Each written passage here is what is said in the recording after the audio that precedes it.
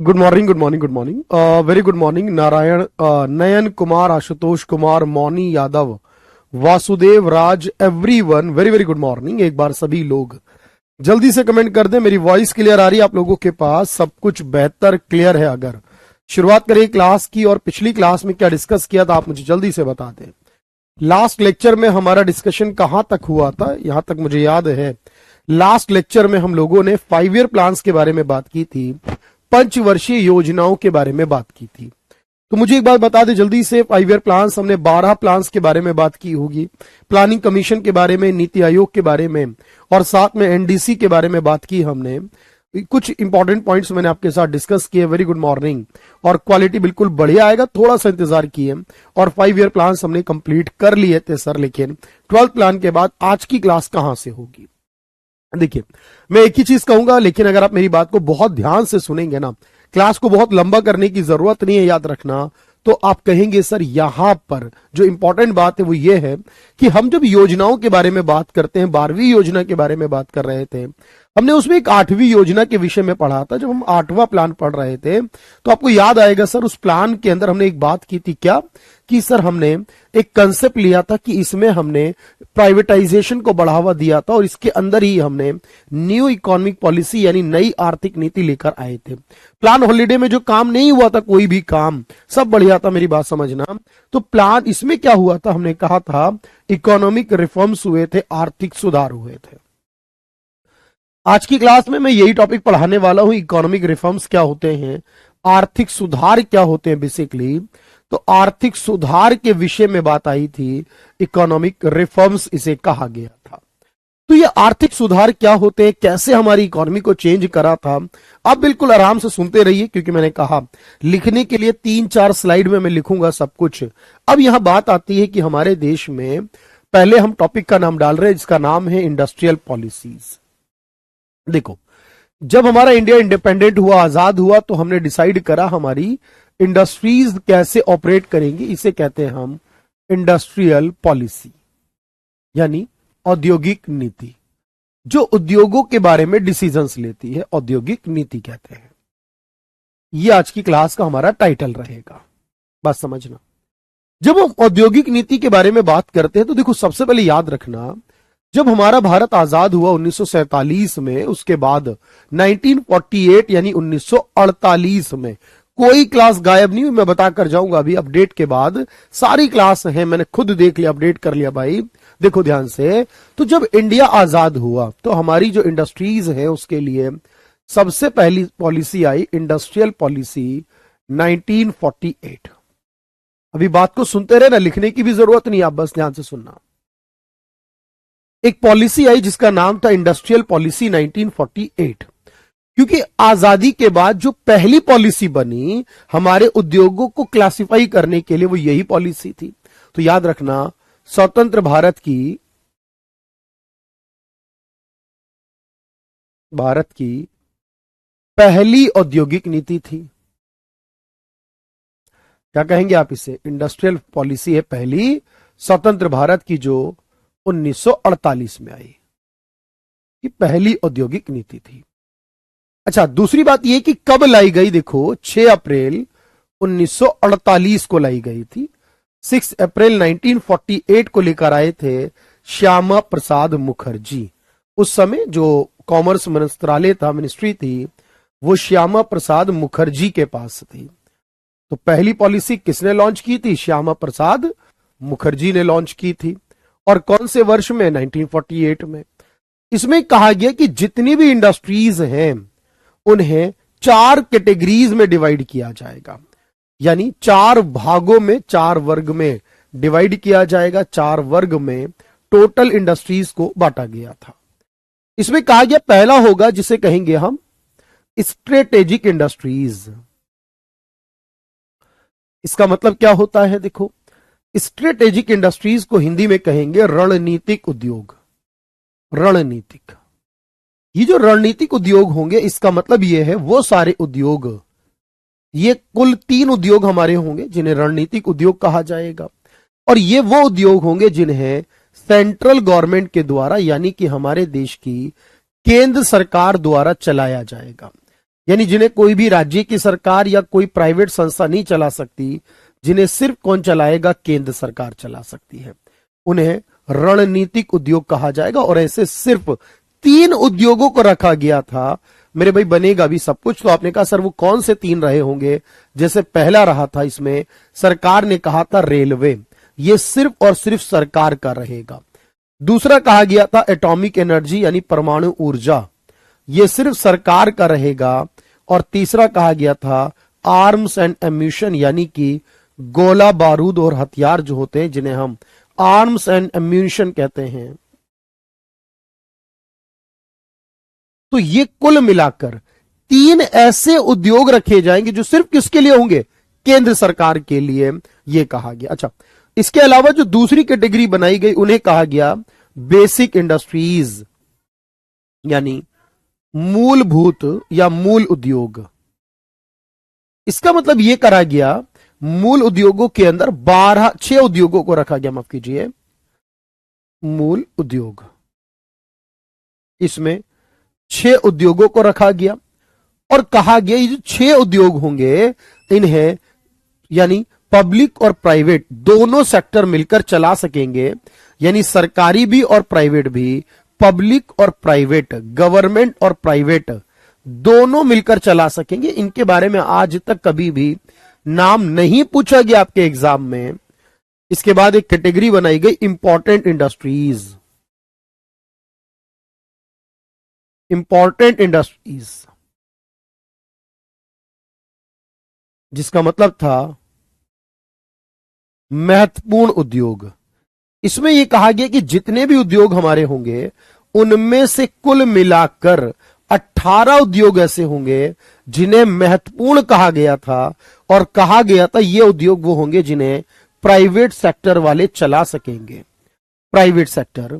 और इनके अलावा बाकी उद्योग वो थे जिनको अदर उद्योग कहा गया, जिनके बारे में कोई डिटेल नहीं दी गई अदर इंडस्ट्रीज के बारे में।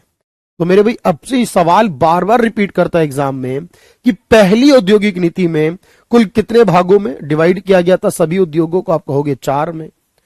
अगर ये पूछे कि बताओ केंद्र सरकार के लिए कितने रिजर्व किए गए थे पहली बार में, तो आप कहोगे 3 किए गए थे, रेलवे, एटॉमिक एनर्जी और गोला बारूद और हथियार किया गया था। बात समझना। आर्म्स एंड एम्यूशन का मतलब होता है, मैं लिख देता हूं चलो, हथियार व गोला बारूद।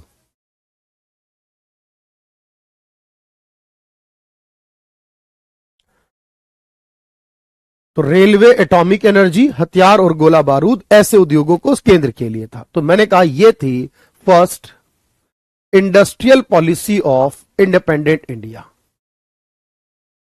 इंडस्ट्रियल पॉलिसी ऑफ, अभी 1 मिनट दीजिएगा मुझे, ऑफ इंडिपेंडेंट इंडिया।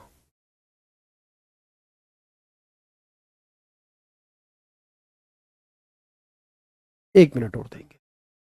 अब आप कहेंगे सर फिर सेकंड पॉलिसी कब आई थी? देखो ध्यान से सुनना।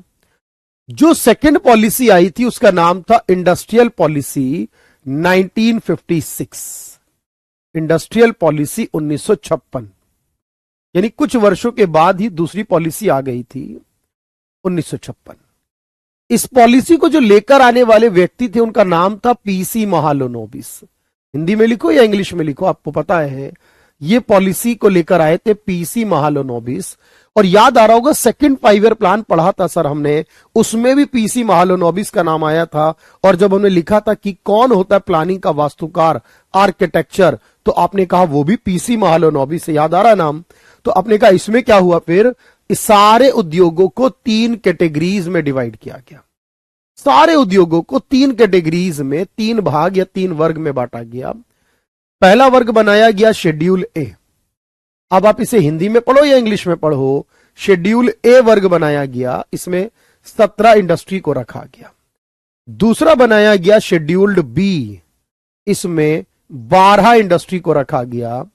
और इसके अलावा बनाया गया शेड्यूल सी, यानी यहां पर आपने कहा सर नाम को स्ट्रेटेजिक, बेसिक, इंपॉर्टेंट नहीं दिया गया, बल्कि शेड्यूल ए, शेड्यूल बी और शेड्यूल सी कहा गया। और बाकी जो बच गई, इसमें कोई नंबर नहीं दिया गया, बाकी जितनी बच गई वो इन सब में आ गई शेड्यूल सी। तो ये कहा गया जो शेड्यूल ए में होंगी वो गवर्नमेंट के अंडर में होंगी, वो गवर्नमेंट द्वारा होंगी, गवर्नमेंट द्वारा यानी कि पब्लिक सेक्टर की होंगी, सरकार द्वारा होंगी, सरकार चलाएगी उन्हें। अब की बार सरकार के लिए 17 कर दी गई, दूसरे 12 कहा गया जिनको प्राइवेट सेक्टर शुरू करेगा, प्राइवेट के लिए होंगी।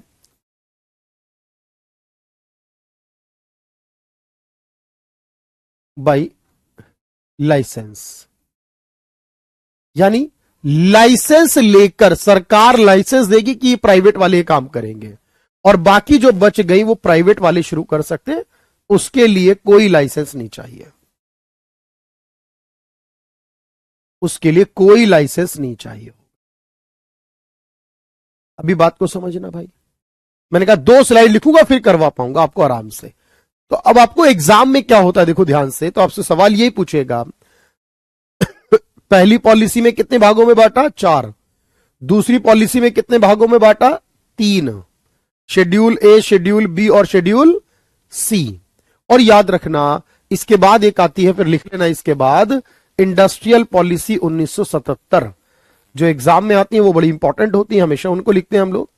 एक आई 1977 में, उसमें यह कहा गया कि हमें देश में छोटे छोटे उद्योगों को टारगेट करना होगा, देश के लघु व कुटीर उद्योग जो गांव में होते हैं छोटे छोटे, लघु व कुटीर उद्योगों पर केंद्रित थी योजना, जिसमें कहा गया कि किस तरह से हमें छोटे उद्योगों को बढ़ावा देना है।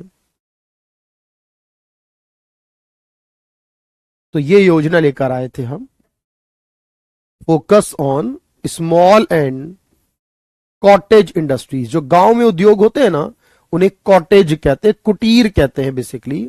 इन उद्योगों पर फोकस किया गया था, और यह कहा गया कि सब कुछ ना केंद्र सरकार के पास नहीं होना चाहिए, एंड फोकस ऑन डिसेंट्रलाइजेशन, विकेंद्रीकरण पर। डिसेंट्रलाइज यानी सेंट्रलाइज होता है सरकार के अधीन करना, डिसेंट्रलाइजेशन यानी विकेंद्रीकरण पर ध्यान था इसका, यानी पावर जो है केंद्र की हटाकर वो सबके पास आनी चाहिए।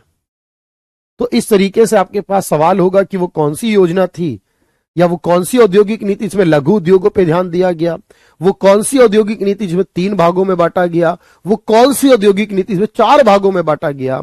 लेकिन आप एक बात याद रखना मेरे भाई, सबसे इंपॉर्टेंट क्या है सर, वो है 91 की पॉलिसी। जब डॉक्टर मनमोहन सिंह वित्त मंत्री थे, जब नरसिम्हा राव देश के प्रधानमंत्री थे, उस समय जो पॉलिसी आई थी जिसने भारत की तस्वीर को बदला, तकदीर को बदला। आज भारत जिस मंजिल पर नजर आता है ना, जहां पर आप देखते हो कि आज भारत दुनिया का 5वां सबसे बड़ा जीडीपी वाला देश, में बताऊंगा अगर हम भारत की बात करें अमेरिका चाइना के बराबर है ना, हम यहां कहेंगे कि ये इसके बराबर जो पहुंचाया ना, उसमें नरसिम्हा राव, मनमोहन सिंह, इनका एक बड़ा रोल था।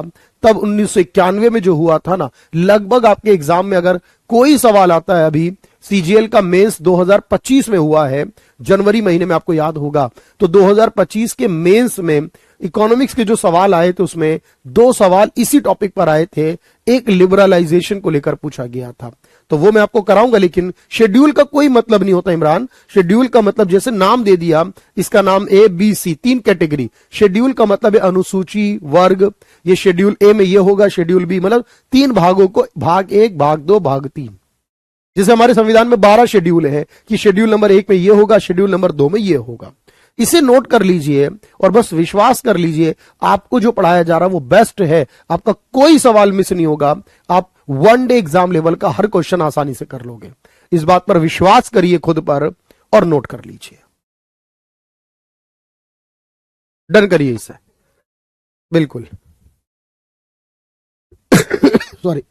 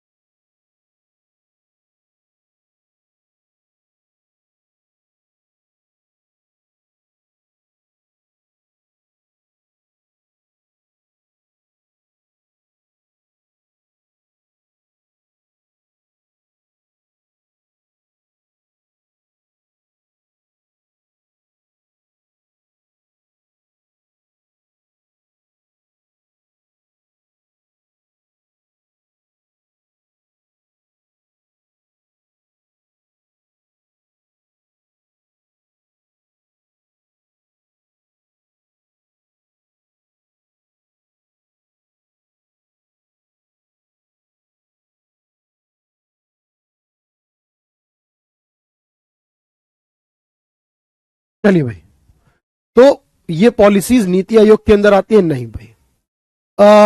दिस ऐप हैज, नहीं भाई ऐसा नहीं है कुछ भी। चलिए डन करा आप लोगों ने, अब आगे बढ़ते हैं, सेकंड पर आते हैं।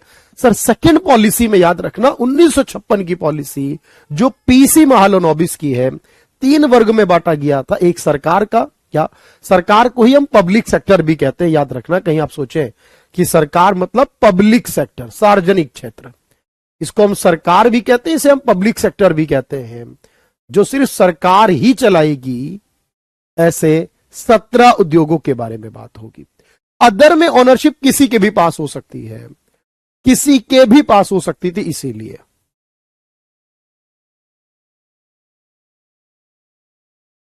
इस क्वेश्चन और नहीं, महेश कुमार कमेंट लंबा था, निकल गया।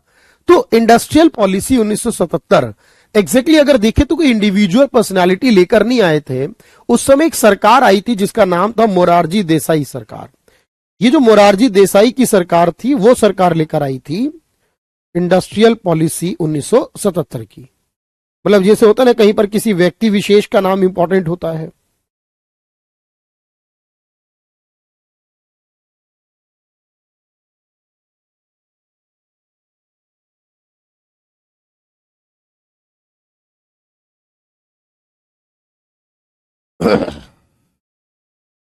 तो आप ये कह सकते जनता पार्टी या मोरारजी देसाई, मैंने कहा ना जैसे, तो ये कौन लाया था? ये जनता पार्टी, एक सरकार बनी थी जनता पार्टी, और मैंने आपको बताया भी है उस जनता पार्टी या मोरारजी देसाई गवर्नमेंट। तो ये वो सरकार थी जो लेकर आई थी, ये 77 वाली थी। कोई बात नहीं, वो हम देखेंगे क्लास नोट्स के कुछ पेजेस, नहीं भाई, बाकी मैं एक बार चेक कर लेता हूं अगर ऐसा हुआ होगा तो।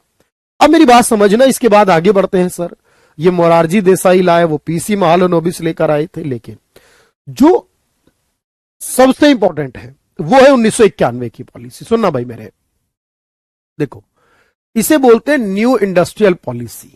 ध्यान से सुनना भाई, न्यू इंडस्ट्रियल पॉलिसी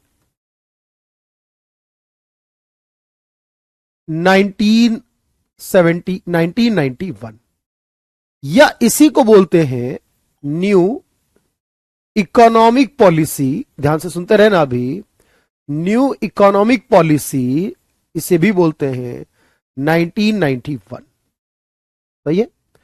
इसी को हम नाम एक और देते हैं, इसी का नाम है इकोनॉमिक रिफॉर्म्स। अगर आपसे कहे कि इकोनॉमी में रिफॉर्म्स हुए थे, आप कहेंगे जी हां बिल्कुल हुए थे। इकोनॉमिक रिफॉर्म्स यानी हिंदी में कहूं तो आर्थिक सुधार। और ये कौन से वर्ष में हुए थे आर्थिक सुधार? तो मेरे भाई याद रखना, ये भी आपके 1991 में हुए थे, या इसी को हम कई बार बोलते हैं शॉर्ट फॉर्म में एलपीजी पॉलिसी। अगर आपको ये शब्द सुनने को मिले तो भी याद रखो, ये बात हो रही है 1991 के बारे में। बहुत ध्यान से सुनना, ऑडियो टेस्ट इंक्लूड, ये बैच अपडेट मैंने कर लिया, अच्छी बात है। चलिए, रोलिंग प्लान भी इसी के समय आया था, बहुत बढ़िया, आपने रिलेट कर लिया। अब देखते हैं भाई, ये जो पॉलिसी आई थी, सबसे पहले आपको याद रखना है, ये 24 जुलाई 1991 के दिन आई थी। किस दिन आई थी?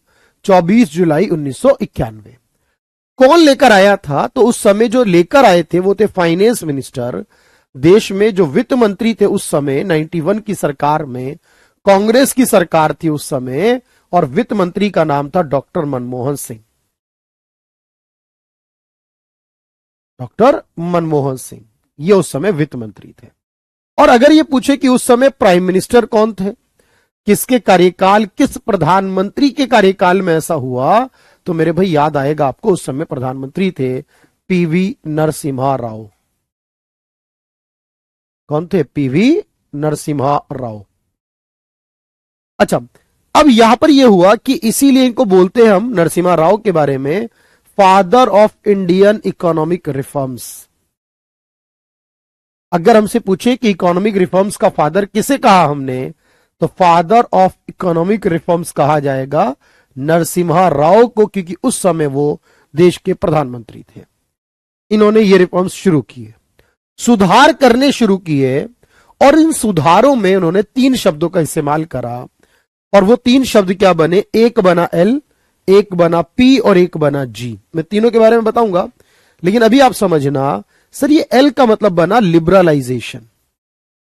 आपने सुना होगा इस बार के सीजीएल मेंस में भी ये क्वेश्चन आया था, एक शब्द बना लिबरलाइजेशन यानी उदारीकरण, दूसरा शब्द बना प्राइवेटाइजेशन यानी निजीकरण। सारे काम इन्होंने इन 3 पॉलिसी के आधार पर किए।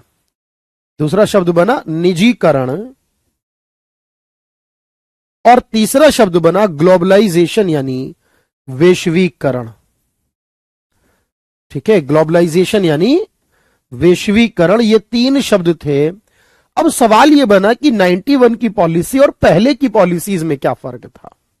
तो कई बार ना सवाल को घुमा कर आता, हिंदी में भी लिख रहा हूं बिल्कुल, न्यू इंडस्ट्रियल पॉलिसी क्यों कहा गया, क्योंकि उस समय मैं आपको बता रहा हूं एक बात कि जो भी पॉलिसीज आती थी इससे पहले तक, मेरी बात समझना, इससे पहले तक जो भी पॉलिसी आती थथी 1990 से पहले, बिफोर 1990 की अगर हम बात करें या बिफोर 1991 की बात करें, यानी 1991 से पहले तक जितनी भी पॉलिसी आई वो सारी नीति इस बात पर ध्यान थी कि हमारे देश में लाइसेंस राज होगा, यानी कि हमारे देश में सार्वजनिक चीजों पर अधिक महत्व होगा, निजीकरण कम होगा, प्राइवेट कम होगा।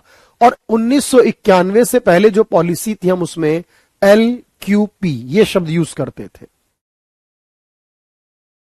1991 से पहले की जो सारी नीतियां थी उन्हें LQP नीति कहते थे, यानी वो जो LQP थी वो ज्यादा सरकारी को महत्व देती थी, यानी सरकारी को अधिक महत्व दिया जाता था। 1991 से पहले की सारी पॉलिसीज में सरकारी को अधिक महत्व था, सार्वजनिक क्षेत्र को अधिक महत्व दिया जाता था, और ये सब में था। इसीलिए एक बड़ा बदलाव जो हुआ है वो 91 के बाद।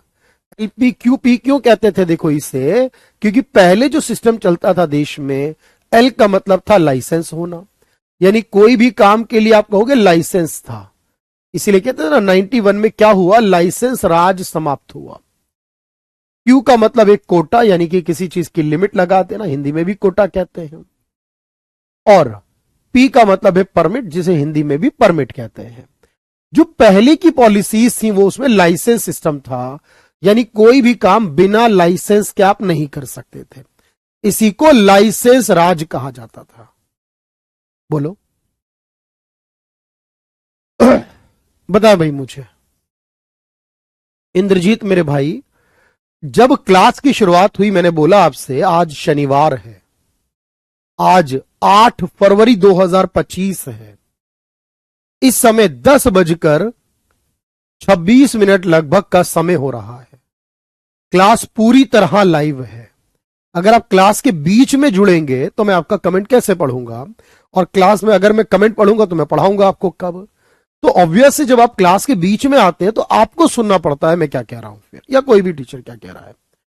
और जब क्लास की शुरुआत में जुड़ते हैं तो फिर मैं आपसे गुड मॉर्निंग करता हूं, गुड इवनिंग, गुड आफ्टरनून करता हूं, और आप रिप्लाई करते हैं, क्लास के सही होने की बात करके क्लास की शुरुआत करते हैं।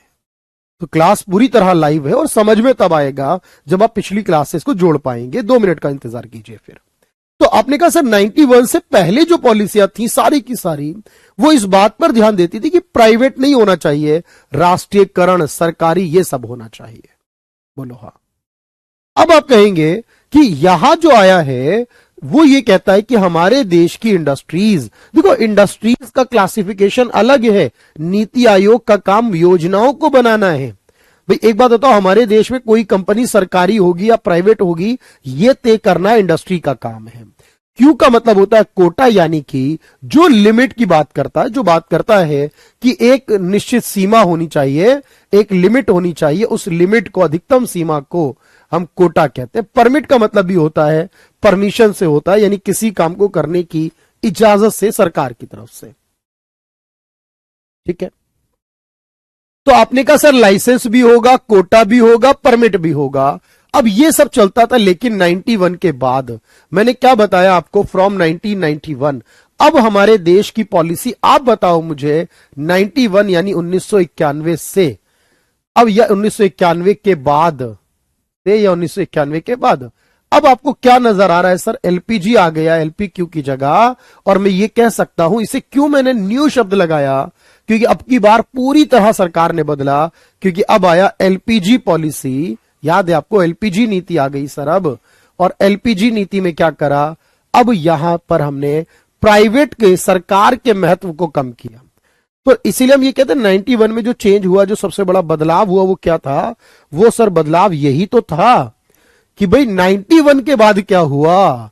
91 के बाद हुआ सरकारी का जो महत्व है, सरकारी को कम महत्व देना शुरू किया गया कि भाई सरकारी होगा तो घाटा बढ़ेगा।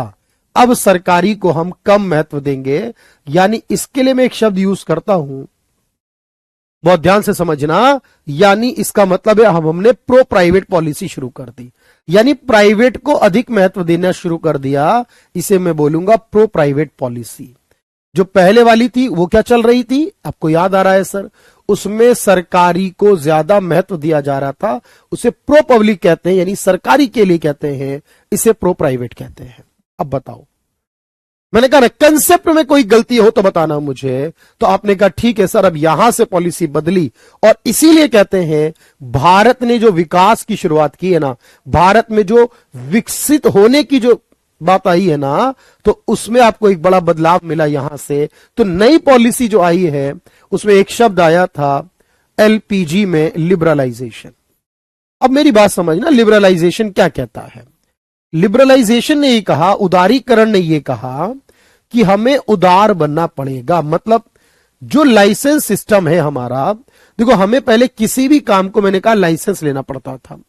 कोई भी व्यापार करना हो तो लाइसेंस लेते थे।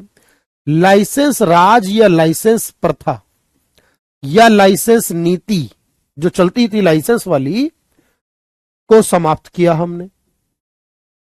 मनमोहन सिंह जी ने कहा कि नहीं चाहिए कोई लाइसेंस अब कारोबार करने के लिए, 5 उद्योगों को छोड़कर। यह बात दिमाग में रखनी है, 5 उद्योग छोड़कर। यानी 5 उद्योग ऐसे होंगे जिनके लिए लाइसेंस लेना होगा, बाकी सबका लाइसेंस समाप्त है। यानी एंड या ऑफ लाइसेंस पॉलिसी। अब आपके पास यही सवाल आएगा कि बताओ, जो लाइसेंस नीति, लाइसेंस पॉलिसी, लाइसेंस राज चलता था, वो समाप्त किया गया। मैंने कहा एक्सेप्ट 5 इंडस्ट्रीज, 5 उद्योग छोड़कर।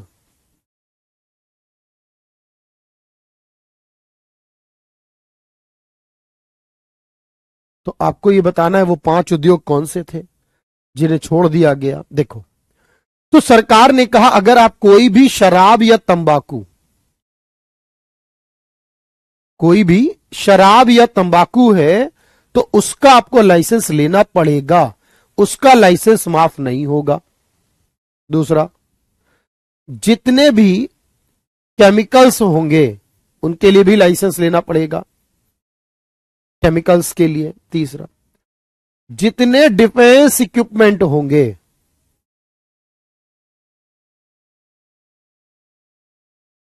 यानी अब आप देखो ध्यान से, जो शराब और तंबाकू है उसका लाइसेंस होगा,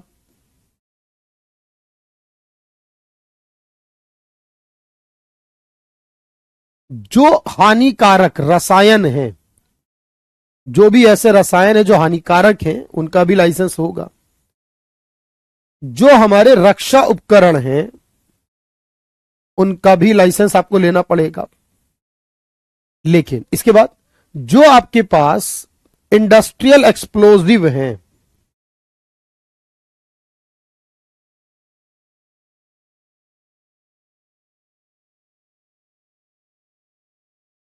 और उसके बाद जो ड्रग्स हैं, अब यहां ड्रग्स का मतलब जो है ना वो दवाई से होता है, याद रखना। यानी 5 ऐसे उद्योग हैं जिनके लिए आपको लाइसेंस लेना पड़ेगा, दवाई के लिए और औद्योगिक विस्फोट, जैसे कहीं पे आप पटाखे बना रहे, कोई ऐसी चीज जो नुकसान, पेट्रोल पंप है जिनसे विस्फोट हो सकता है, या स्पेस एयरक्राफ्ट वगैरह हैं, वो सारी एरोस्पेस से जुड़ी चीजें हैं। 5 उद्योगों को छोड़कर एक्सेप्ट 5 इंडस्ट्रीज, लाइसेंस सिस्टम जो है वो समाप्त कर दिया गया। Alcohol and tobacco, chemicals, defence equipment, industrial explosive and drugs, दवाइयां। तेजस, चलिए भाई, तो आपको लग रहा है ना भाई कि बात कैसे बनती है, एग्जाम में कैसे बात आती है, मैं सारी बात बताऊंगा। लेकिन ये सब कुछ कब हुआ? 91 में। इसे कहते हैं उदारीकरण।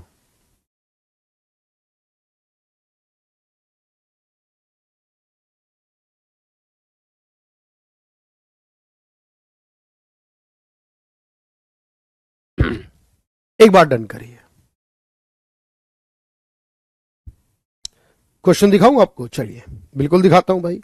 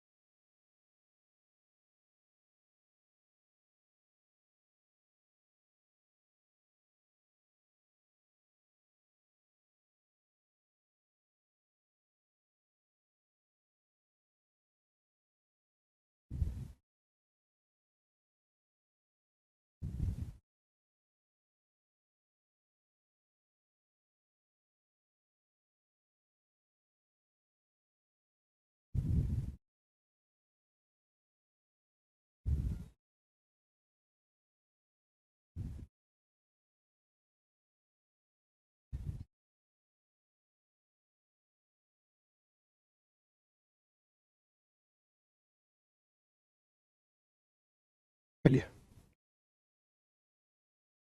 टोबैको कहां पर है बताइए? शराब और तंबाकू को नहीं रोक सकते, हानिकारक रसायन, डिफेंस इक्विपमेंट, औद्योगिक विस्फोट और ड्रग्स कहां पर है बताओ? ये बनाने को लेकर है, बनाने को लेकर है। चलिए भाई, अब देखिए दो और शब्दों को ध्यान से देखिए। दो शब्दों में एक शब्द आया प्राइवेटाइजेशन। मेरी बात सुनना, ये जो शब्द आया प्राइवेटाइजेशन, तो इसमें क्या कहा गया कि सरकारी क्षेत्रों में कमी की जाएगी, दो को छोड़कर। पहले पूरी बात सुनना। इसमें यह बोला गया सरकार द्वारा क्या होगा, सार्वजनिक क्षेत्रों में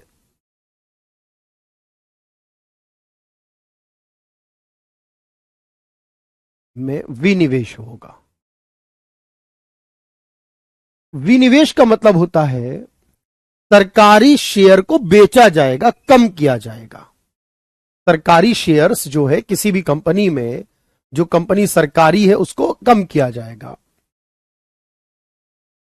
यानी विनिवेश किया जाएगा। और जब सरकारी कम होगा तो इसका मतलब प्राइवेट बढ़ेगा। तो धीरे धीरे करके जो प्राइवेट है वो बढ़ाया जाएगा। ठीक है, चलिए, तो इसका मतलब है डिसइन्वेस्टमेंट इन पब्लिक सेक्टर करना होगा, सरकारी को कम करना होगा। इसका मतलब है डिक्रीज करना होगा पब्लिक शेयर होल्डिंग को।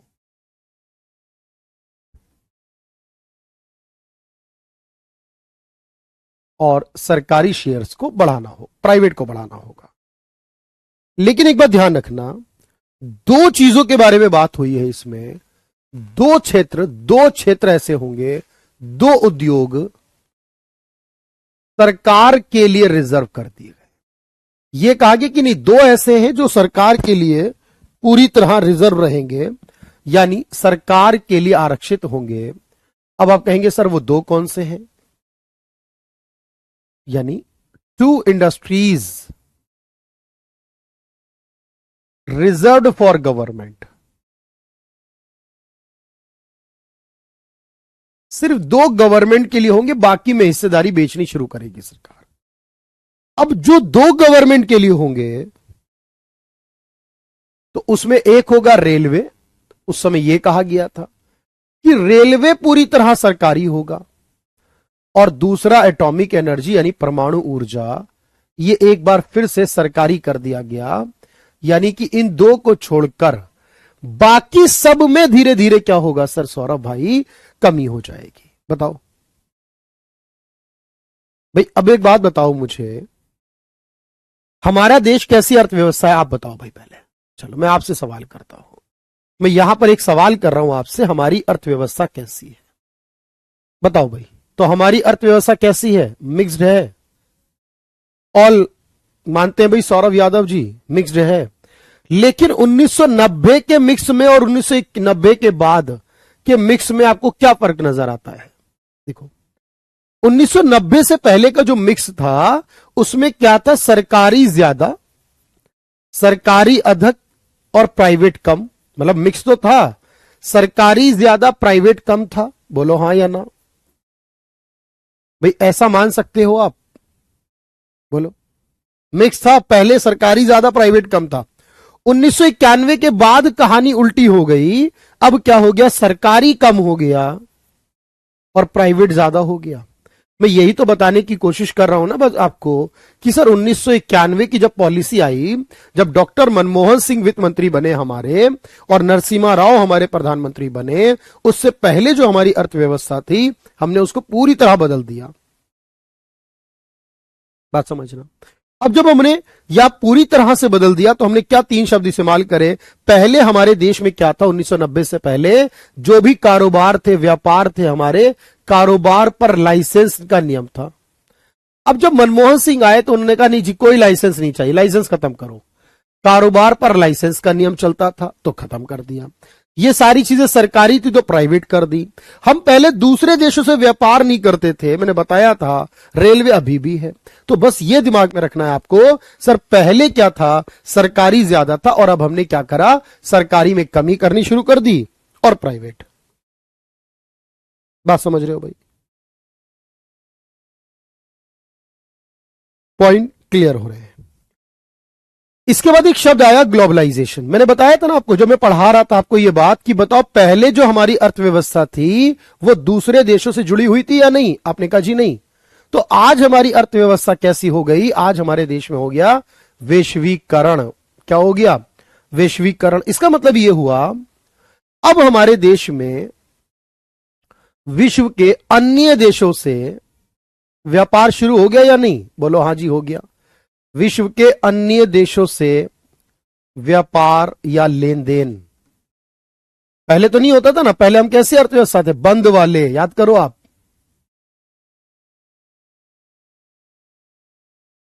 बोलो।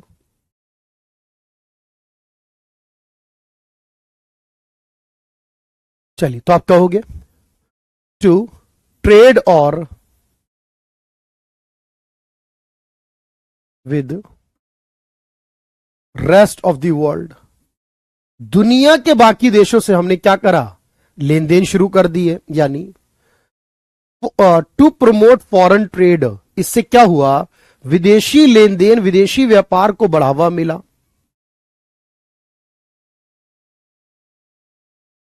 विदेशी व्यापार को बढ़ावा मिला। बोलो हां या नहीं हुआ? तो इस तरीके से तीन शब्दों ने काम किया।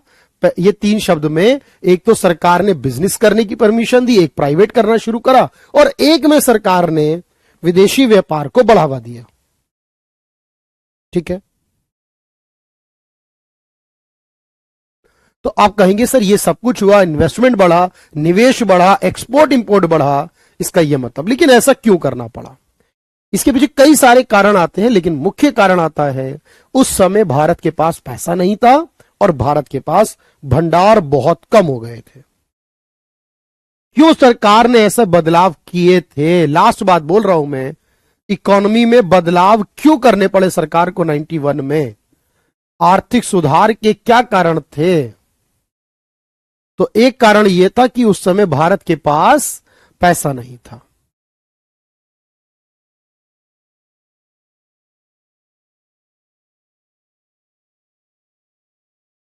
विदेशी भंडार नहीं था भारत के पास, पैसा खत्म था। सरकार घाटे में चल रही थी, इसलिए सरकार घाटे में जा रही थी, पैसा था नहीं। एक टॉपिक में पढ़ाऊंगा जिसे कहते हैं बीओपी, आगे पढ़ाऊंगा, अभी नहीं आएगा आपको समझ में, लेकिन आगे की क्लास में आएगा जब मैं पढ़ाऊंगा विदेशी व्यापार कैसे करता है उसे कहते हैं BOP, balance of payment crisis. और उस समय महंगाई बहुत ज्यादा है। लिख तो लेंगे भैया आप, लेकिन 2 मिनट मेरी बात सुन ले भाई। तो क्या काम किए बताओ?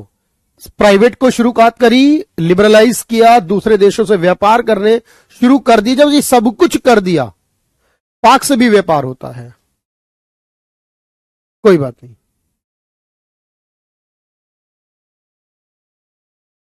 देखें भाई, चलो मुझे 2 मिनट दीजिएगा और मैं आपके सारे डाउट क्लियर करूंगा।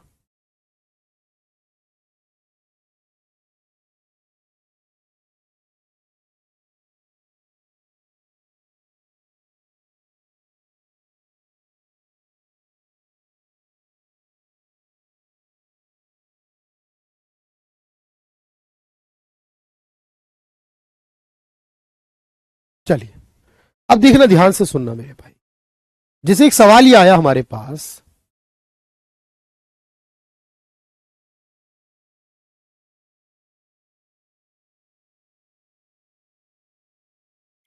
नई औद्योगिक नीति का प्रमुख बल, यानी नई औद्योगिक नीति में जो प्रमुख बल, अधिकतम भागीदारी है, वो कौन से क्षेत्र की गई? तो क्या याद आया आपको? बताओ जल्दी से। पहले वाले में सरकारी की, और बाद वाले में 1991 के बाद में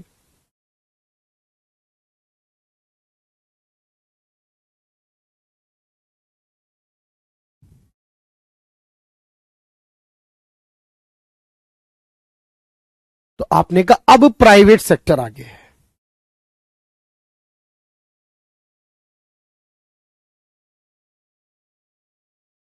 ठीक है, अच्छा।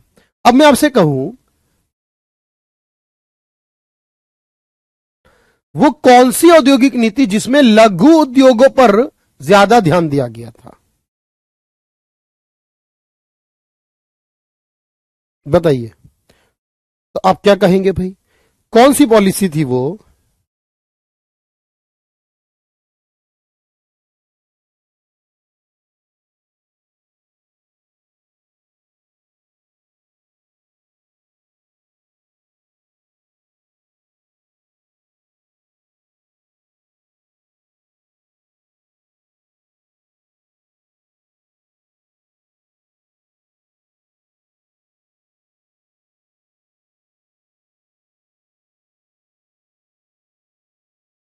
बताइए। तो आप कहोगे सर वो 77 की थी।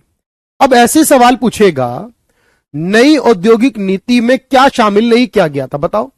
जब 1991 की नीति आई तो बताओ जरा, क्या उसमें नहीं था? बस मैं कहता हूं ना, पढ़ोगे तभी तो बात बनेगी। मैं आपके मजे के लिए नहीं पढ़ा रहा ना, आपके सिलेक्शन के लिए पढ़ा रहा हूं भाई। आपको सिलेक्शन चाहिए तो बताओ क्या था? सर लाइसेंस सिस्टम खत्म था, प्राइवेटाइज था, फॉरेन की बात थी, प्रोटेक्शन की बात नहीं थी।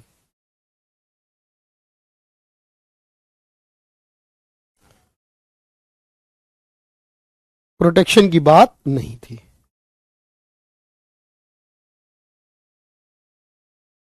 क्लियर है? पहली औद्योगिक नीति कौन से वर्ष में आई थी? बोलो। In which year first industrial policy was declared? April 1948 में। इस तो बिल्कुल फैक्चुअल क्वेश्चन है, कोई दिक्कत नहीं है सर।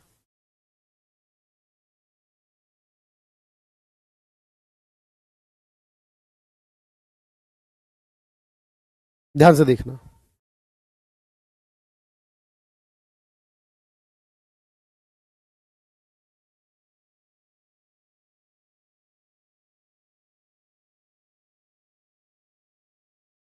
एक सेकेंड भाई, 1 मिनट। ये सवाल देखो आपके एग्जाम में आया था कि औद्योगिक नीति में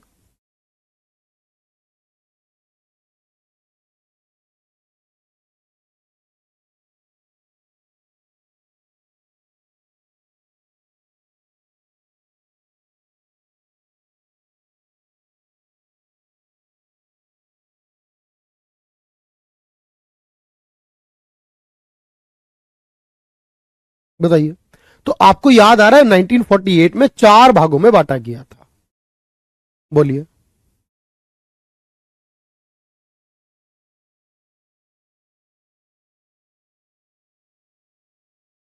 1991 में आर्थिक सुधार क्यों किए थे हमारी सरकार ने? क्योंकि उसके 3 कारण मैंने बताया, और ये महंगाई क्यों बढ़ी थी वो बताता हूं मैं आपको आगे। महंगाई बढ़ने की वजह बताता हूं भाई।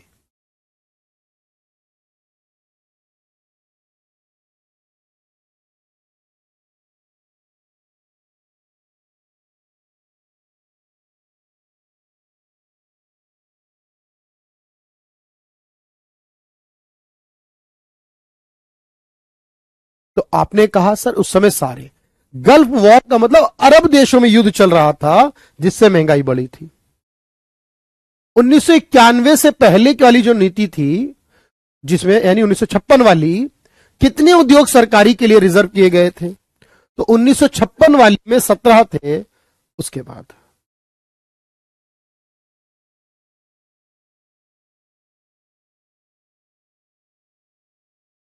बताओ, आपका जवाब है, जवाब आपको देना है भाई। वह नीति जो घरेलू अर्थव्यवस्थाओं को विश्व की बाकी अर्थव्यवस्थाओं से जोड़ने का काम करती है, उसके लिए क्या वर्ड इस्तेमाल होता है? महेश बताओ भाई। जब नीति में हम ये शब्द यूज करते हैं कि वो घरेलू को बाकी देशों से जोड़ेगी, तो क्या होता है सर? बाकी देशों से जोड़ना, ये क्या होता है भाई?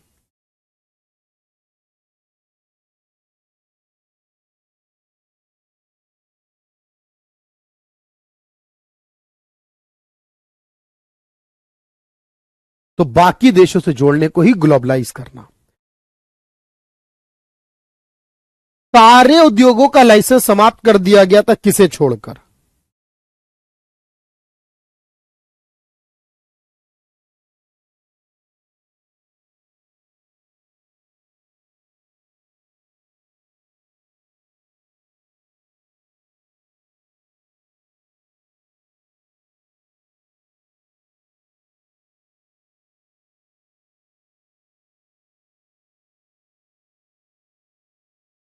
बताइए भाई।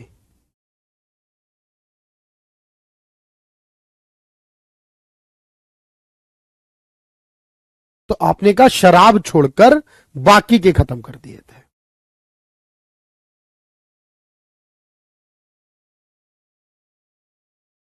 उन्नीस सौ इक्यानवे में कौन सा सरकारी के लिए रिजर्व किया था? बताइए। तो 1991 में सरकारी के लिए रेलवे को रिजर्व किया था। तो इस तरह आपके पास सवाल होंगे, और जब सवाल होंगे तो मुझे उम्मीद है कि आप जवाब बहुत अच्छे से दे पाओगे। और एक सवाल और है, ये आखिरी सवाल और कर दीजिए, एक आखिरी सवाल और करिए। कौन सा उद्योग 1948 की नीति में, याद करो, जो सरकार ने 3 रिजर्व किए तो उनमें से शामिल नहीं था? जब सरकार ने 3 रिजर्व किए थे उनमें से कौन सा वो है जो इसमें शामिल नहीं था? तो कौन सा था सर? फर्टिलाइजर इसमें शामिल नहीं था। तो जब इस तरीके के सवाल आपसे पूछेगा तो मेरे भाई आपको यह याद रखना है कि इस तरीके से जवाब आपको देने कि ये आपने जितना भी पढ़ा है ना, वो उसके बाहर नहीं जाने वाला। ठीक है? जैसे ये सवाल है, जब नई आर्थिक नीति आई तो क्या इसमें शामिल नहीं था? बताओ।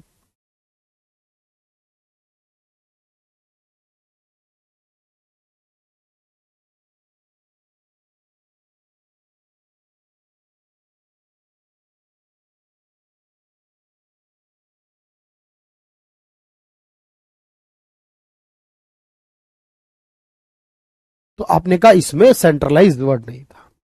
अब बताओ मुझे, अब पॉलिसी याद आ गई आपको? पॉलिसी याद आ गई, यानी पूरी पॉलिसी याद आ गई। 48, 56, 77 और 91, 4 पॉलिसी याद रखनी है बस। बढ़िया से। Thank you everyone, thank you so much.